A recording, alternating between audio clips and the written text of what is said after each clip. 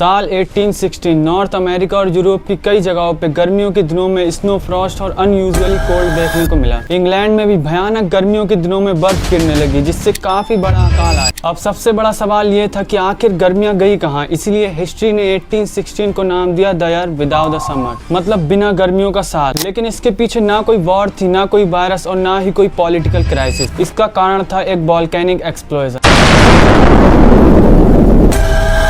साल 1815 इंडोनेशिया के mount तंबोरा volcano में एक भयानक विस्फोट हुआ। यूकार के मुताबिक ये हिस्ट्री के सबसे बड़े वोल्केनिक एक्सप्लोजन में से एक था। इस भयानक विस्फोट से हवा में इतनी राख और गैसेस चली गई कि सूरज की रोशनी का एक बड़ा हिस्सा ब्लॉक हो गया, और जब सनलाइट अर्थ तक नहीं पहुंची तो अर्थ का टेम्परेचर गिरने लगा। मतलब इस एक्सप्लोजन ने सिर्फ जमीन को ही नहीं हिलाया, बल्कि उसने स्काई को भी चेंज कर दिया, और जब स्काई चेंज होता है तो वेदर भी चेंज हो जाता है। लेकिन ये वोल्केनो इंडोनेशिया में फटा था, लेकिन उसकी राख और गैसेस ऑलमोस्ट पूरी दुनिया में चली गई। ट्विस्ट आता है साल 1816 में, एक ऐसा साल जहां गर्मियों में भयानक सर्दी ने लोगों को हिलाकर रख दिया। यूरोप और नॉर्थ अमेरिका में जून से अगस्त के बीच में बर्फ पड़ी, जिससे फसलें ऑलमोस्ट पूरी तरह तबाह बर्बाद हो गई। अब सोच के देखो, जब गर्मियों में ही ऐसी भयानक ठंड आ जाए तो इसका फसलों पर बहुत बुरा असर पड़ेगा, क्योंकि फसलों को नॉर्मल सनलाइट और स्टेबल सीजन चाहिए होता है। लेकिन जब वेदर ही उल्टा हो जाए तो ऑब्वियसली क्रॉप्स बर्बाद होंगी, और इसका बहुत बुरा असर पड़ता है फूड सप्लाई पे। फसलें बर्बाद होने से अनाज महंगा हो गया, और सबसे पहले गरीब लोग भूख का शिकार बने। और अब प्रॉब्लम सिर्फ ठंड की नहीं थी, प्रॉब्लम थी खाने की कमी की। और शॉकिंग बात ये थी कि उस टाइम लोगों को पता ही नहीं था कि इसका रूट कॉज है क्या। उन्हें बस इतना दिखा कि फसलें मर रही हैं और वेदर अजीब हुआ और लाइफ डिफिकल्ट होती जा रही है। इसीलिए एक बड़ा वोल्केनिक इरप्शन भी पूरी दुनिया के वेदर पैटर्न डिस्टर्ब कर देता है। क्लाइमेट डिजास्टर सिर्फ वेदर रिपोर्ट नहीं होते, ये फूड प्राइसेस को हिट करते हैं, एग्रीकल्चर को हिट करते हैं, जिससे गरीब लोगों को बहुत मुश्किलों का सामना करना पड़ता है। हिस्ट्री का मतलब सिर्फ हमें पुरानी बातें बताना नहीं होता। हिस्ट्री हमें दिखाती है कि कैसे एक वोल्केनो ने पूरी दुनिया को ऑलमोस्ट हिलाकर रख दिया। तो अगर हम इन इंसिडेंट्स को इग्नोर करेंगे तो कल किसी और फॉर्म में ये चीज रिपीट हो सकती है। साइंटिस्ट का कहना है कि अगर फ्यूचर में कोई तंबोरा जैसा बड़ा वोल्केनो फटा तो वो फिर से पूरी दुनिया के मौसम बिगाड़ सकता है। और आज की दुनिया वैसे भी क्लाइमेट चेंज का सामना कर रही है। वीडियो पसंद आया तो सब्सक्राइब जरूर करिए। ऐसी एक और इंटरेस्टिंग वीडियो एल नीनियो के बारे में यहाँ क्लिक कर देख सकते हो।